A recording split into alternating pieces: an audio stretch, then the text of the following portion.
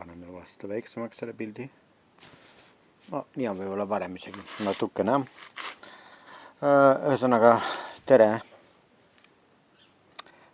Pole ammu eetris olnud ja pole rääkinud neist asjast, mis maailmas toimub. Nagu ma olen harjunud rääkima ja võib-olla, kui sa oled tellinud minu kanali, siis olen mõnikord ka kuulanud neid videosid. Et ma arvan, et see ei ole juhuslik, kui mõni tellib ja mõni märgib meeldivaks minu videod ja ma soovitan seda ikkagi teha ja loodan, et edaspidigi sa tahad midagi minust kuulda, midagi minu vaadetest elule ja inimestele, maailmale ja muidugi ka poliitikale endale ja elule Ungaris muidugi, kus ma siis viibin ja elan. Nii. No nii. Läheme siis edasi. Ühesõnaga, nagu ma juba oma varemates videotes olen läinud, kuidagi niimoodi need asjad nagu liiguvad ja lähevad siin maailmas. No, ma olen varemalt rääkinud sellest, et siis tegelikult see, mida Ameerika Ühendriikide president Donald Trump tahab teha selles protsessis, mida ta siis nimetab rahuläbirääkimisteks või rahuläbirääkimiste ettevalmistamiseks Venemaa ja Ukraina vahel. Ja muidugi kõik me oleme kuulnud palju kordi juba seda tema kuulsat lauset, et kui tema presidendiks saab, siis ta lõpetab sõja 24 tunni jooksul ja samuti ka seda, et ta on rääkinud sellest, et kui tema oleks president olnud sel ajal, kui see sõda algas, siis seda kunagi oleks alanudki lihtsalt. Nii et me teame ja näeme seda, siit lähtuvalt siis on võimalik siis kaks järeldust teha, et kui nüüd silmas pidada seda, mis praegu toimub ja millises järgus on siis praegu need niinimetatud rahuläbirääkimised. Siis kui me nüüd neist asjust nagu praegu räägime seda ja kommenteerime seda, mida siis Donald Trump tookord ütles, siis jääb mulje, et siin on ainult kaks võimalust, et kas siis Donald Trump rääkis lihtsalt tühji ülerinna sõnu valijaskonna siis meelitamiseks ja valijaskonna et rääkida valijaskonnale meelepäraseid sõnu ühesõnaga. Ja muidugi on ka teine võimalus, et lihtsalt olukord on palju keerulisem, kui Donald Trump on kunagi siis arvanud. Ja tegelikult paljud märgid ja nagu kui ma nüüd Ungari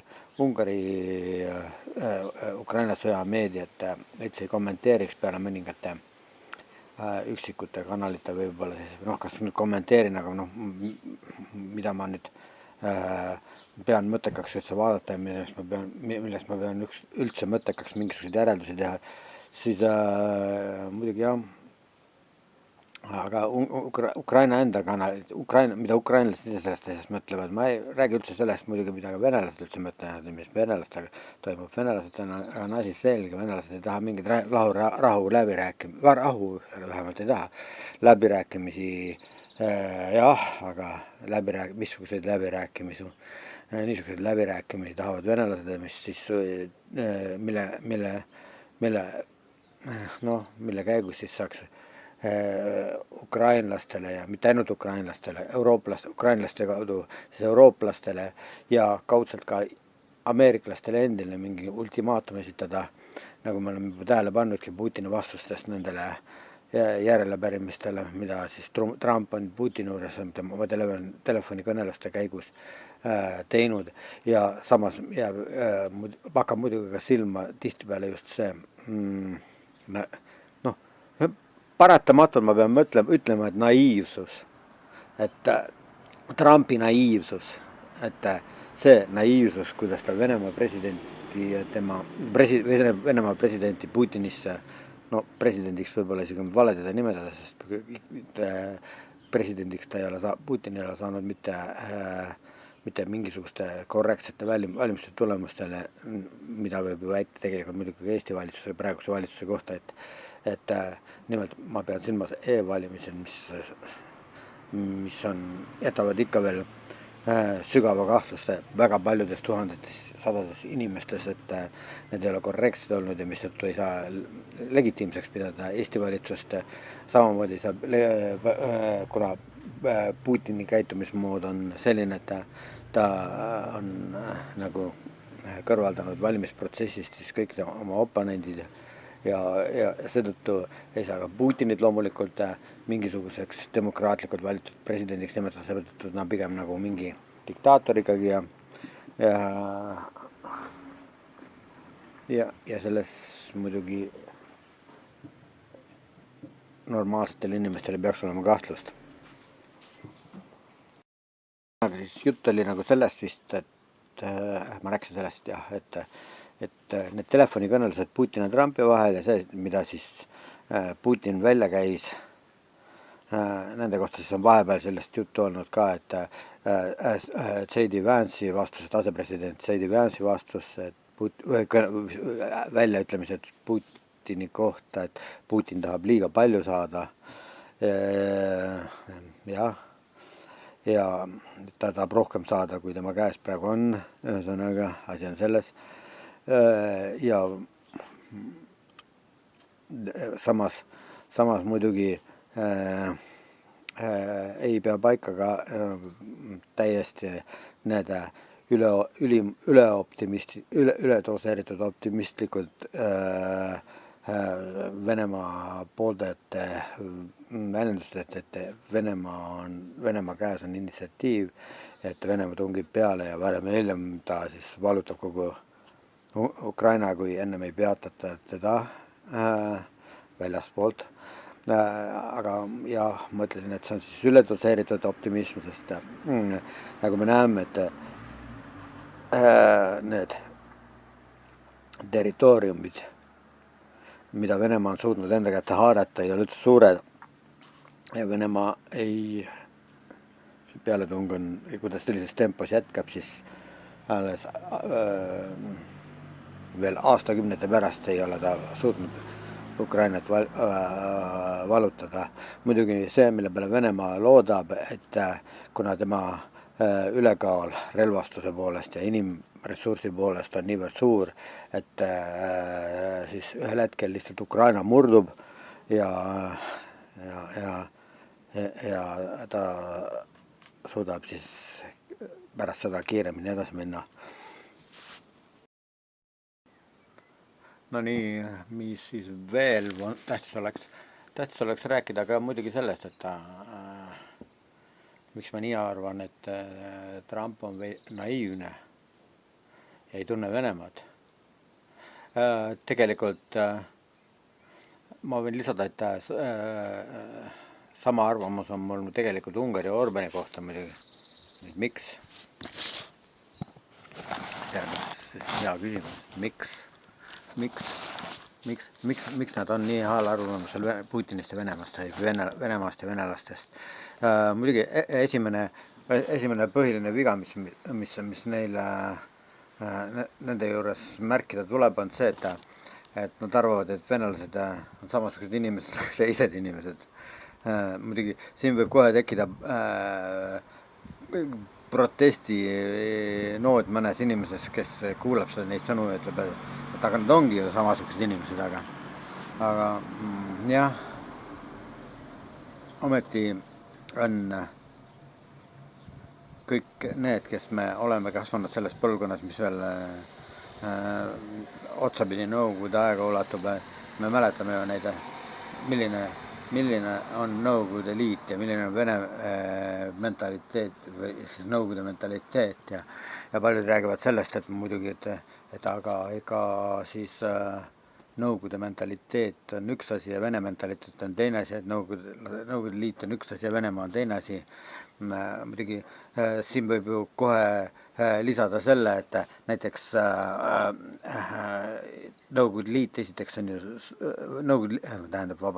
Venemaa on ju Nõukogude Liidu õigusjärglane praeguseni, tänase päevani Siis samuti teine asjaolu, et teine nüanss õigemini, et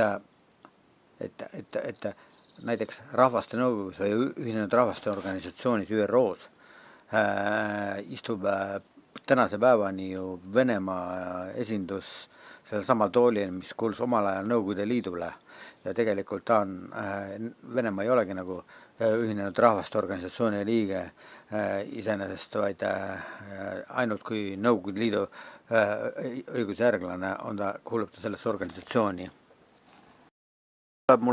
Siis tuleb mul meelde ka ühe Ungari, õigemini Iisraeli kodaniku, aga Ungarist või siis täpsemalt vististi küll ungarikeelsest keskkonnast pärit, aga ja ma ei tea täpselt, ja võimalik, et Rumeeniast, minu meelest Rumeeniast ehk siis Transilvaaniast, sellest, kus siis, mis on ajalooliselt kuulunud ungarlastele, selles osas pärit üheks analüütik ja siis arvamuskujundaja või arvamusliider, kuidas ta nüüd nimetada, liidriteks kõiki nimetatakse Eestis, et arvamusliider. Aga no, nimetaksin niimoodi, et ega kõik ei ole liidrid selles vallas ka. Mõned on lihtsalt, kes püüavad kujundada avalikku arvamust aga liidriks on neid ikkagi palju nimest, aga võib-olla Robert Sikasteli kohta praeguses Ungari meedias ei ole teda palju nimetada ka arvamusliidriks. No igatahes YouTuber ta on, kirjanik ta on, Iisraeli sõjaväelane ta on, praegu ta võitleb loomulikult Iisraeli sõjaväes, sest väga paljud on kutsutud, reservsõjaväelased on kutsutud Iisraelis sõdima praegu palestiinlaste vastu, Gazas sõdima, mille kohta on samuti esitatud mitmesuguseid arvamusi, mille kohta on üks narratiividest, üks levinud narratiividest on see, et Iisraelil on õigus ennast kaitsta. Teine narratiividest ütleb, et Iisrael on oma kaitsesse üle igasuguste piiride läinud.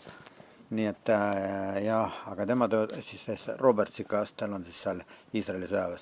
Aga kõige selle kõrval on ta üks väga palju tsiteeritud ja väga palju teda siis eetrisse kutsutud mitmesuguste YouTuberite poolt ja raadiojaamade ja siis telejaamade poolt ja peamiselt mainstreami esindavate telejaamade ja teleraadiojaamade poolt ja YouTube kanalite poolt.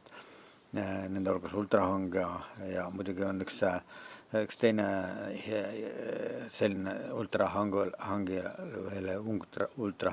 lähedal kanalile, Ultrahang lähedal seisev kanal, Hitraadio, mis ei ole mingisugune hitt selles mõttes nagu inglise keeles on hitt, vaid see on usuraadio hitt on ungari keeles usk, imeliku eestlase kõrval see ei ole, aga jah, Hitraadio on siis tegelikult hitt üle keset ehk siis selle usukoguduse, mis on karismaatiline kristlik kogudus, selle raadio ja siis selles esineb, ja selles esineb ka muideks Ultrahang kanali Ultrahang tegijad esinevad sellest. No ühesõnaga, ja näiteks üks tuntud naisajakirjanik, noor naisajakirjanik Hitraadiost ja nüüd ta esineb ka mõnes teises formaadis, mõnel teiselt platvormil, Rita Fäkete näiteks. Ja nemad on siis palju kordi eetrisse kutsunud seda Robert Sikastelit ja tema on nagu üks väga populaarne arvamuskujundaja, ma ütleksin niimoodi, pigem arvamuskujundaja Ungaris. Tema kujundab just seda arvamust, mida meie taunime Eestis, ja aitab kujundada, tema ei kujunda peamiselt, aga tema aitab kujundada seda arvamust, et siis Ukraina negatiivsest rollist selles sõjas ja ukrainlastest üldse võimalikult negatiivset pilti aitab kujundada, millele muuhulgas on aidanud. Aga pärast seda, kui ta on Iisraelis nüüd sõtta kutsutud reservväelasena, siis on tema ta mitmel puhul isegi kriitiliselt ütlen paar korda vähemalt on see kindlasti juhtunud, kui mitte rohkem Venemaa kohta. Ja siis tema nagu on rääkinud, et ma peamiselt selle taustal, et siis kuna Iraan ja Iisrael on omavahel verivaenlased ja siis samas Iraan ja Venemaa on oma liitlassuhetes, siis ta on rääkinud sellest, et rääkinud veidi kriitiliselt vahetevahel Venemaa kohta ja just selle Iraani pärast, kuna tema on Iisraeli sõdur ikkagi. Ja siis no ühesõnaga tema on ütelnud niimoodi, et ja mina nüüd tsiteerin teda, et ungarlased ei mõista või maderid ei mõista Venemaad paljuski sellepärast, et nad ei näe hästi Venemaad. Seal on Karpaadid ees, Karpaadid on liiga kõrged. Üle Karpaatide ei ole näha Venemaad. Ja muidugi me võime lisada, et ilmselt on asi selles ka, et me ei ole Venemaa koosseisus kunagi, Eesti ei ole Venemaa koosseisus siiski õnneks olnud, aga Nõukogude Liidu koosseisus on olnud ja see on, ja kui nüüd võtame nüüd seda, et Venemaa istub siis Ühinenud Rahvaste Organisatsioonis Nõukogude Liidu pingil ja põhimõtteliselt teeb seda sama, mida tegi Nõukogude Liit omal ajal, kuigi ühiskonnakord on muutunud ja enam see sotsialistlik, kommunistlik ideoloogia nagu ametlikult vähemalt ei mõjuta kedagi, aga ja nagu kuidagi see osa, et mida kujutab üldse Vene mentaliteet, jääb näiteks Ungarile veidi hämaraks ja nad näevad seda nagu läbi roosade prillide väga. Nende roosade prillide, mille venelased ilmselt ja viimasel ajal ka kindlasti mul ei ole sellest mingisugust kahtlust, siis Vene salaluure või siis FSB on neile silme ette maalinud.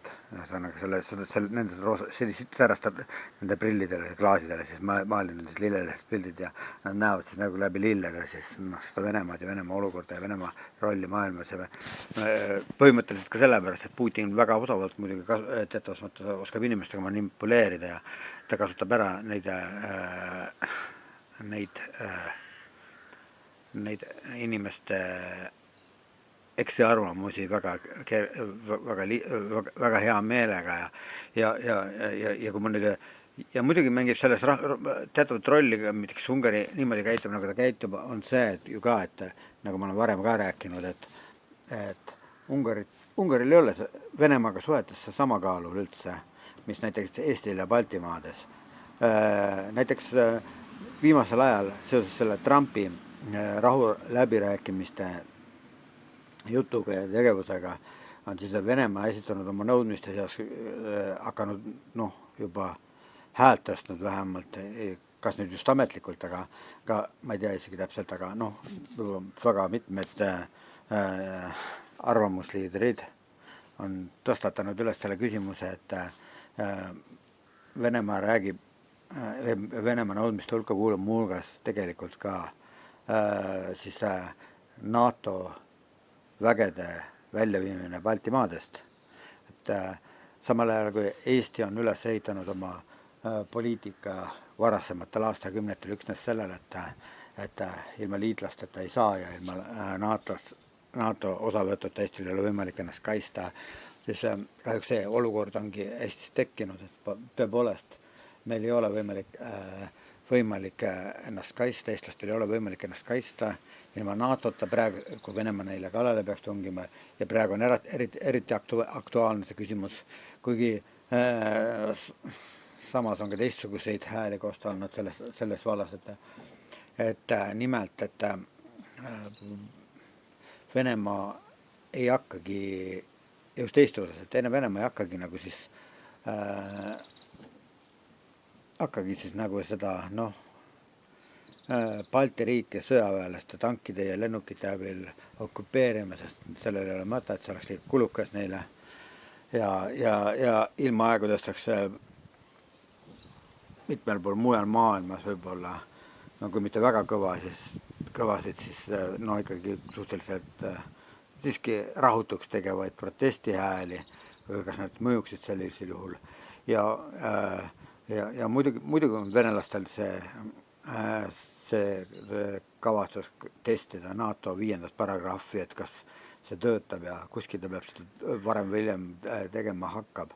Muidugi kui nende olukorda Ukrainaga enne liiga täbaraks ei lähe, mis tähendaks seda, et nad ei saa liiga palju vägesid, ei saaks liiga palju vägesid välja seada NATO-ga võitlemiseks, kui samal ajal kui Ukrainaga käivad maksimaalselt tugevad lahingud. Nii et see olukord on üsna niisugune selge. Ei ole üldse küsimuski see, et kas Venemaa tahab edasi minna ja tungida siis kuskile. Ei, Venemaa võib-olla ei taha isegi sõda. Venemaa võib-olla ei taha, nagu Trump on kindel selles, et oma naivsuses sageli, et arvamust, et Putin on huvitatud rahu läbirääkimist ja Putin tahab tegelikult rahu ja teistel riikidel ei ole, ümberkaudsetel riikidel ei ole mõtet väga karta neid, siis ma arvan, et see ei ole tõsi. Putin tahab rahu küll, aga Putin tahab ka oma mõjuvõimu tagasi viia vähemalt nendele territooriumidele, kus tal kunagi oligi siis Nõukogude Liidul ja Venemaal, Tsaari-Venemaal muidugi ka mõjuvõim. Ja loomulikult kuulub Eesti ja Baltikum nende hulka ja siin ei ole üldse mingit küsimustki selles, et kui neile see võimalus abaneb, et nad saaksid tagasi need piirkonnad ja mitte ainult oma mõjuvõimu alla, siis ei ole üldse küsimus selles, et nad tahavad ka neid, kui võimalik, siis nad okupeerivad need maad. Mitte ei okupeeri, võtavad oma võimu alla, see on meie nimetus, meie poolne narratiiv, et siis nad okupeerivad, see on okupatsiooni aeg. Nemad ütlevad, et nemad võtavad tagasi selle, mis neile on kunagi kuulunud ja nad mõtlevadki niimoodi, paljud venelased mõtlevadki niimoodi. Ja see on üks põhjustest, miks mitte Trump, vaid Putin on venelaste hulgas populaarne, veel paljude venelaste hulgas populaarne, sest väga paljud venelased mõtlevadki niimoodi, et need on vanad Venemaale kuuluvad alad ja nad tahavad neid tagasi saada. Muidugi siin on oma küsimused, et me võime ju oma vastunarratiivi seada, et tegelikult on ju, ei ole ju, miks me räägime sellest üldse, et Venemaa on kunagi siis okupeerinud need või oma võimu alla saanud need alad, Ida-Euroopa alad ja muidugi ka Aasia alad, mitmed ja Kaukaasia muidugi ja nii edasi. Et siis me võime ju vastunarratiivi seada, et kus siis Vene riik tuleneb ja kes lõid Vene riigi. Ja kui me nüüd Nestori kroonikasse pilgu heidame, mis on eesti keeles on tuntud kui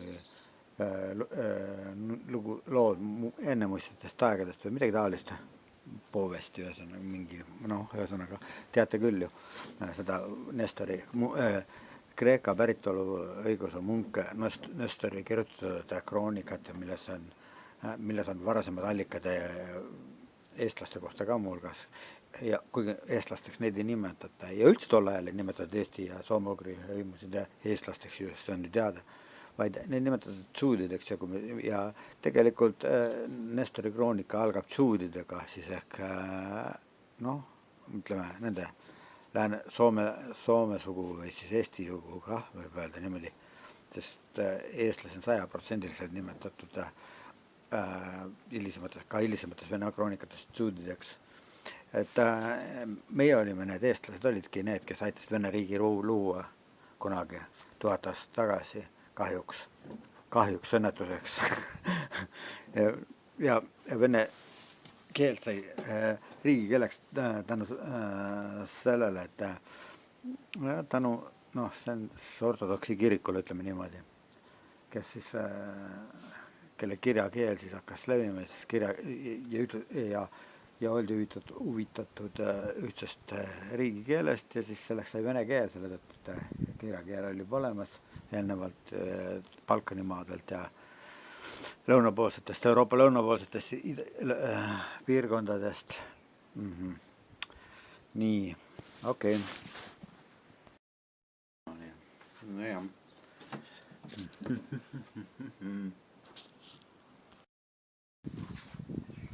No nii. Nüüd ma võtsin endale teise positsiooni sisse. Ahaa, ma rääkisin sellest, et kahjuks olime meie need, kes aitasidki Vene riigi luua ja omale nuhtluseks. No nii, ühesõnaga jah, see selleks. Kui sa vaatad nüüd Nestori kroonikat, siis kuidas need tšuudid siis seal esinevad? Tšuudid on esimesed nende hulgas, kes kutsusid siis Ruriku sinna omale ülemaks või kuningaks või vürstiks või mis ta oli. Nii, Reia tõuses püsti, naaber tülitas, küsis kas mul kohvi on, mul on niisugune naaber, et vaene inimene ja Eestis on sellised vallasandid, keda siis vald aitas üleval pidada. See naaber on ka natuke sedamoodi, et teatud inimesed, eks ma ise olen ka mingil määral, aga ma ei ole kellegi käest vähemalt küsinud. Muidugi mõnikord olen võlgu küsinud, aga selle ma olen enamasti tagasi maksnud, kui peab tagasi maksnud, sest mõnikord paar korda on ette tulnud siis taga, et on inimene ütelnud, et ei olegi vaja tagasi maksta. Aga see on tema enda asi. Siis ta ütelnud ja siis me oleme ikkagi tasa. Aga ühesõnaga siis see selleks. Ma rääkisin siis, et meie aitasime venelast oma riigi luua ja et alguses olimegi meie, me ei saanud aru päris hästi, mis toimub ja see tähendab seda, et need soome-ugrilased jah, vareagidega koos muidugi, ehk siis viikingitega koos muidugi. Nagu tänapäeval on ikkagi, kuna need pärast seda, kui viikingite seriaal välja tuli, et meelsamini nimetame ka Venemaal neid tegutsenud varjaage või siis varangisid või siis need Skandinaavia päritolu inimesi nimetame eelistatult siis ikkagi viikingiteks, kuigi nemad vist ilmselt ennast niimoodi ei nimetanud, aga see tähtsasti. Rurik oli ka siis väidetavalt Rüügeni saarelt pärit ja Rüügeni saarelt tulnud viikingi siis kutsusid tšuudid ja seal oli siis veel mitmed teised soome-ugri hõimusid nimepidi nimetatud sellest Nestori kroonikas ja muidugi mõned slaavi hõimud, sest selleks ajaks, kui see oli kuskil, millal see oligi nüüd, kas see oli nüüd 8. sajand või 7. sajand, siis ma ei ole ajaloolane muideks, aga ma olen ajaloost mõndagi huvitunud ajaloost ja ajalooraamatut palju lugenud. Aga küll see selleks, ei kiida ennast. Ja siis ühesõnaga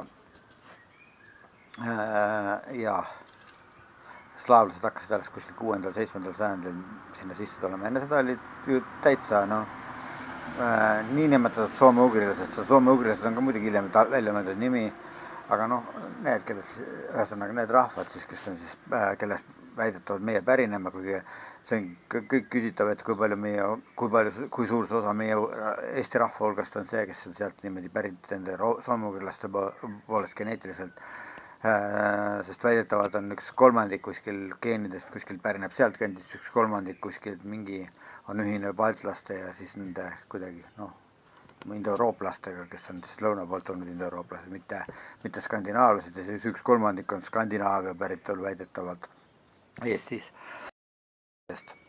Tänapäeva geneetilised andmed niisugusel tasemel umbes ligikaudselt, väga ligikaudselt siis nad midagi niisugust väidavad. Ühesõnaga jah, meil on seda kõike ekstrakti, mis seal on. Muidugi venelastel on ka väga, need, kes on venelased tänapäeval on tunneme venelastena, väga palju seal erinevatest rahvastest kokku pandud, segunenud ja alguses olid muidugi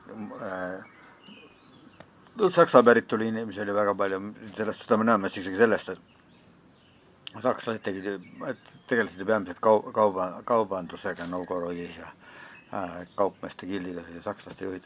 Aga samas on muidugi teada ka, et veel pärast seda ka, kui Jude'ide nimi hakkas Nestori kroonikas alguses, mis esines väga sageli, väga üsna sageli ette, et kõik ja mitmete teiste soome-ugri rahvaste nimed, kes esinesid. Ja siis on muidugi hakkavad need üha enam tahaplaanile vajuma ja slaavlaste nimed hakkavad ettepoole tulema. Ja no see saab ilmseks Nestori kroonikas, siis, mis on väidetavalt kuskil kirjutatud, kuskil ilmunud kuskil 1034. aastal, kui me ei eksi. Ühesõnaga kuskilt sellest ajast või seal enne seda aega, kuskil sellest kandis oli. Ma ei mäleta täpselt arvu peast, aga noh, ligikaudselt ma mäletan ikka. Ja siis sellest ajast, kui väidetavalt venelased vallutasid Tarbatu ehk Torpad Jurjevi, nimetasid selle ümber Jurjeviks. Ühesõnaga, kes oli siis tol ajal Vene Kiievi vürst oli Jaroslav Tark. Ja kas oli ilmselt kuidagi sellest ajast pärisneb ka Nestori kroonika siis umbkaudu, sest mina täpselt seal juures ei olnud ja ma ausalt ma ei tea. Aga hea küll, see selleks. Ja siis ühesõnaga Jude'id hakkasid üha enam tahaplaanile vajuma ja kuni lõpuks kadusid täielikult. Jude'ide nimi kadus ära. Kuidagi Nestori kroonikas ka, mida edasi. Muidugi väidetavalt on mitmeidki ajaloolased ja soome-ugri teaduste esindajad väitnud, et isegi kui Oleg käis Konstantinoopolit piiramas, siis need väejuhid, kes tal olid, on mainitud selles Nestori kroonikas ja vist ka mingites Byzantsi kroonikates ette tulevad, et nendest enamus olid siis Skandinaavia nimed. Ja siis Rootsi, Soome, ühesõnaga, mitte Soome, Rootsi, Norra, Taani, ühesõnaga sealt kandist Skandinaavia. Tol ajal ei olnud rootslased, olid küll võib-olla, aga midagi juba oli, aga see selleks. Nende keeled olid nii sarnased, et tegelikult nad kõik pärinesid ühest rahvast kunagi. Kas nüüd, kuidas täpselt oli, keeruline. Ja nende hulgas olevad siis 2 väejuhtidest olnud siis väidetavalt, kes on seda väitnud, kes oli see naisteadlanegi? Ma tean küll, aga mul ei ole nimi praegu, see ei ole tähtis, tema on väitnud, et nendest oli arvatavasti või tõenäoliselt 2 nime nendest väejuhtidest, kes Konstantinoopoli käisid piiramas koos viikingite ja muidugi ka slaavlastega olid soome-ugri päritolu nimed või siis võib-olla ka kuskilt Eestist pärit, ma ei tea, seda ei tea. Igatahes, et Eestimaa ja Konstantinoopoli ja Byzantsi vahel oli tol ajal tihe side, seda näitavad rikkalikud müntide leiud Eesti pinnalt, Eestimaa seest.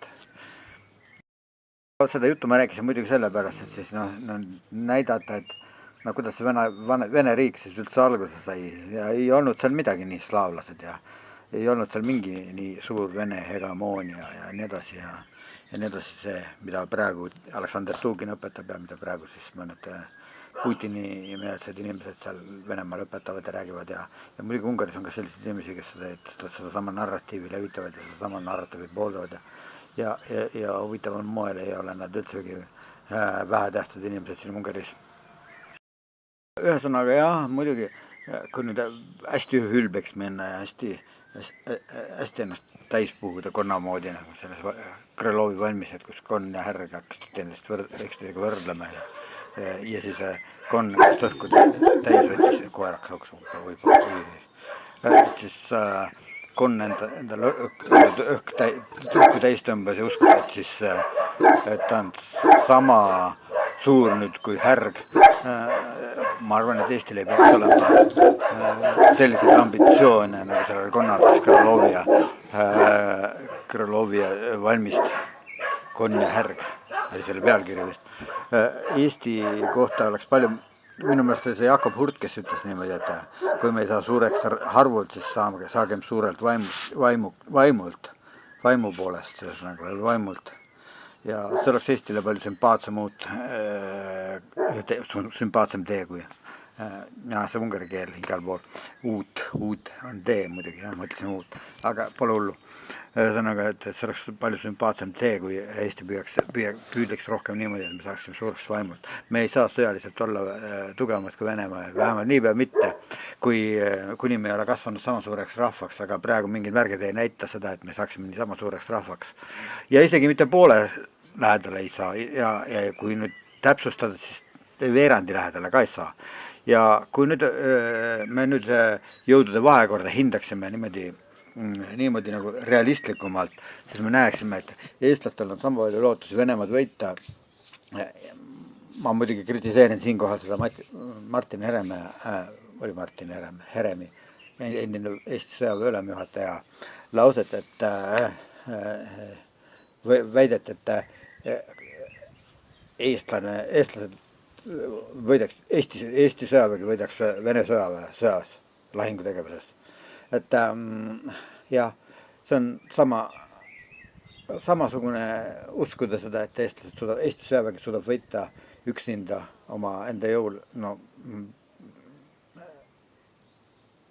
Vene sõjaväe on sama naiivne nagu uskuda, et mina eestlasena suudan läbi peksta 150 venelast, ütleme, 130 venelast, ütleme, sest Venemaa kui üks ühele niimoodi võrrelda, mitte üks ühele ei saa võrrelda meid, sellepärast, et meid ei ole sõnaga ühe eestlase kohta, ma tahan öelda seda, et ühe eestlase kohta tuleb 130-140 venelast.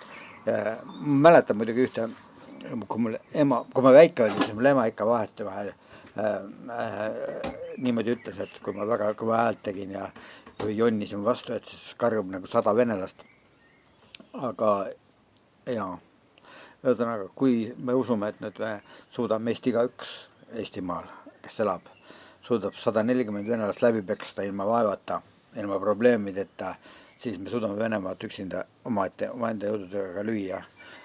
Aga kuni seda ei juhtu, me peame alati mingisuguseid muid teid otsima, et Venemaaga suhtlemiseks, isegi siis, kui Venemaa on niisugune vastik riik, nagu ta praegu on, niisugune diktatuur, nagu ta praegu on, niisugune Putini-sugune mees valitseb seal ja ma kaldun arvama, et kui nüüd Putin peaks mingil põhjusel võimupositsioonilt kaduma või lihtsalt ära sureb näiteks, või ta kukutatakse või ta tapetakse omade poolt või ta tapavad ukrainlased maha mingi sarnase operatsiooni käigus, nagu oli Pautina nüüd, kus siis suurt kahju tekitati Vene lennukitele aatompomme kandvaid ja pommitas lennukeid siis Murmanskis ja kus kohas Ivanovo oblastis ja kuskil Siberis siis ukrainlastel õnnestus hävitada.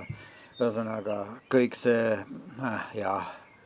see on üks hea asi, aga ma olen kindel, mida ma tahan öelda, et see,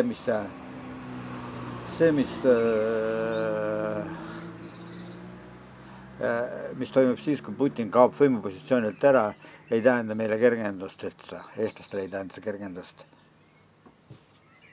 Kui meid enne muidugi ei allutata ja Eesti ei arvata uuesti Venemaa koosseisu, nagu kunagi Nõukogude Liidu koosseisu. Ja muidugi selles, kui nüüd ma olen väga kuri ja väga aferisten, isegi mõtlen niimoodi, nagu mõni globalist mõtleb, siis mulle tundub niimoodi ka, et küllap, kui Venemaa tõepoolest sellise sammu teeks, et hõivaks Eestimaa või provotseeriks niisuguse riigi pöörde, mis temameelse venemeelse valitsuse püsti paneks, siis leidub Eestis küllaga neid ja praeguste poliitikute hulgas võib-olla isegi, kes hea meelega võib-olla, kas nüüd hea meelega, aga noh, nad tunnetavad nagu missiooni või vajadust sellist, et siis täita samasugust rolli, nagu omal ajal täitas Johannes Vares-Barbarus, kelle siis ka venelased Eesti Nõukogude Sotsialistliku Vabariigi etteotsa aitasid ja kes siis mõne kuu pärast siis ennast ülespoos maha laskis, kelles ennast tappuda sooritas, ma ei teagi, kumba pidi see oli, kas ülespoos või ennast maha laskis, kes Johannes Vares-Barbarus. kes oli siis tuline samuti Vene sümpatiseerija, sümpatiseeris venelaste, talle sümpatiseeris venelaste. Ja no igatahes, ja tema luuletas veel sellise luuletuse, et maakera pöördub itta, muideks, nagu mäletate. Ja praegu paistab olemas selline aeg, et maakera kipub itta jälle pöörama. Eriti kui ma siin Ungaris kuulan, siis täitsa see kõigepealt Keletiniitas see, et mis juba 10 aastat toimub Ungaris Orbani valitsuse ajal, et siis see on midagi sarnast nagu see samasugused naiivsed inimesed, nagu oli Johannes Barbarus, on siis nagu väga aktiivseks muutunud nüüdsetel aegadel ja no kui nad nüüd sõnasõnad samamoodi luuletavad maakera pöördub itta, siis jah, miks nad ei võiks seda teha, miks nad ei võiks kuidagi samamoodi luuletada. Nii et ma ei ole üldse globalist ja ma ei ole üldse globalistliku maailma poolde, minu arvates ideaalne oleks Eesti, oleks rahvusriik, mitte nagu mitte niimoodi nagu praegu on rahvusriik, kes peab oma enda rahva vajadusi, enda rahva ootusi silmas, kus siis võimu kehtestatakse mitte kuskil mõne välisorganisatsiooni, välisriigi diktaadi alusel, vaid kus siis võimu teostatakse rohujuure tasandilt, vaid siis omaenda rahva hulgast altpoolt ülespoole tehas. Nagu demokraatia tegelikult ideaalselt on, et võimu siis tuleks teostada altpoolt üles. Ja selline printsiip peaks olema püha nendele inimestele, kes demokraatiat teostavad, aga see, mida me praegusel ajal näeme, jah, see ei ole üldse sedamoodi, sellel ei ole midagi pistmist sellega, demokraatiaga, selles mõttes demokraatiaga. Selles mõttes ma ei saa päris hästi aru, et näiteks on kuigi nendes igasugustes niinimetatud vandenõu teoreetikuks nimetatud tegelaste hulgas ja eriti see, keda siis see Martin Laine siis oma paljastamistega on Vene agentideks ja Kremli narratiivide levitajaks tembeldanud. Ma ei saa üldse aru, mille poolest oleks siis põlisrahvaste esinduse algatuse Kristjan Moora, mille üks eestvedaja vedur on olnud juba mõnda aega ja mõned teised, et mille poolest see oleks üldse halb idee, mille poolest see oleks Vene Kremli narratiiv. See on tegelikult oma idee poolest, ma ei tea, kuidas nad teostavad, ma olen ise kaugel. Ma olen kaugel ja ma jälgin väga eemalt neid asju ja seetõttu ma ei tea kõik üksikasju, aga minu arvates see on üks suurepärasemaid ideesid. Ja Eestis, kui me tahame Eesti püsima jääks, võib-olla see oleks üks kindlaks tagatiseks, et me tegelikult teostaksime demokraatliku riigipöörde, mitte teeme riigipöörde on halb, selleks ehitaksime Eesti uuesti üles tõeliselt demokraatlikel alustele ja see oleks üks niimoodi, et me hakkaksime demokraatiat rakendama altpoolt üles, rahvas ütleb see, sest demokraatia on ju rahvas valitseb, aga praegu ei ole demokraatiat, rahvas ei valitse, rahvas ei saa öelda, vähemalt enamus neist mitte, mõni saab, mõni võib-olla, kes ütleb, et ta on täitsa nõus sellega, mida võimu esindajad praegu Eestis ütlevad, et ja noogutab takka kui igale asjale, nemad muidugi saavad ja nemad ütlevadki mõnikord ka, aga ja minu arvates Eestis ei ole demokraatiat ja ma ei saa aru, ja siis teine asi on see, et ma ei saa üldse aru, miks seda põlisrahvaste esindajad, mis on väga hea idee, minu arvates üks väga vajalik idee, et kuigi ma võib-olla isegi mul on olnud selline nägemus juba lapsepõlvest kuidagi nendest Eesti põlisrahvastest, ma mäletan näiteks, aga ma arvan, et seda peaks kuidagi nagu teistmoodi võib-olla tegema, kui praegu tehakse, sellepärast, et aga mida on väga raske teha ja mida ei ole võimalik jälle teha hästi, sellepärast me ei tea kõik oma juuri väga täpselt ja ja see, et näiteks põlisrahvaste, kes kuulub põlisrahvaste hulka, seda on väga raske mõnede inimeste puhul kindlaks teha, sest on nii palju segunenud ja kuhu kuuluvad näiteks Tallinna ja Tartu ja teiste suuremate linnade elanikud, kelle vanemad on kuskil teistes maakondades, teistes piirkondades elanud, Eesti piirkondades ja võib-olla isegi ei olegi Eestist pärit üldse, kas seda on väga palju ja nii edasi. Aga igatahes ma arvan, et muidugi Eestis tuleks võib-olla ka geneetilistel uuringutel lisaks selle AI või siis selle teise intellekti kasutamisest, mis on nüüd väga populaarseks saanud, tuleks ka geneetilised uuringud rakenduslikult nagu kuidagi kasutusele võtta, aga no ma ei pea silmas üldse sellist, mida mingit aretamist meil ei ole vaja. Aga jah, me saaksime ju kindlaks teha, kust oma juured ikka paremini kindlaks teha küll ja see saaks olla mingi aluseks juba, kuidas edasi minna.